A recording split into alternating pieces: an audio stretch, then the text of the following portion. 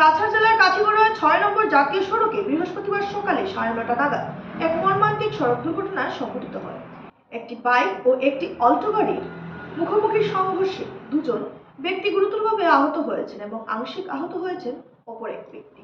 দুর্ঘটনায় গুরুতর আহতদের মধ্যে রয়েছেন বাইক আরোহী আব্দুল হানিফ লস্কর ও জয়দীপ শুক্লবৈদ্য। এছাড়া সবিতা শুক্লবৈদ্য নামের এক মহিলা আংশিক আহত হন। ঘটনার পর স্থানীয় বাসিন্দারা দ্রুত আহতদের উদ্ধার করে কাঠিগড়া মডেল হাসপাতালে নিয়ে যান।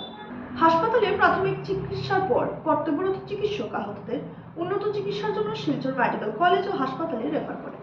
স্থানীয়দের অভিযোগ, জাতীয় সড়কের পাশে অবৈধভাবে গাড়ি পার্কিং এর কারণে এই দুর্ঘটনা ঘটেছে। ঘটনার পর এলাকায় ব্যাপক চাঞ্চল্যের সৃষ্টি হয়। একজন জখম হয়েছে, খুব ইনজুর্ড হয়েছে, তার শ্বাস লইতে সময় খালি মুখে দিকে রক্ত আর এল্টোর একজনের চোখও খুব জখম হয়েছে। এল্টো কয়জন আছে? এল্টোত আছিল তারা 4জন। বাইকটা কোন দিক থেকে আর বাইকটা যার খালাইন মুখ আর এল্টো আর সরঙ্গি মুখ। ইয়ে কিতা সে আহত হয়েছে আপনার এল্টোর? এল্টোর তো আহত হয়েছে আমার ছেলে। কি নাম? জয়দীপ শুক্লবৈদ্য।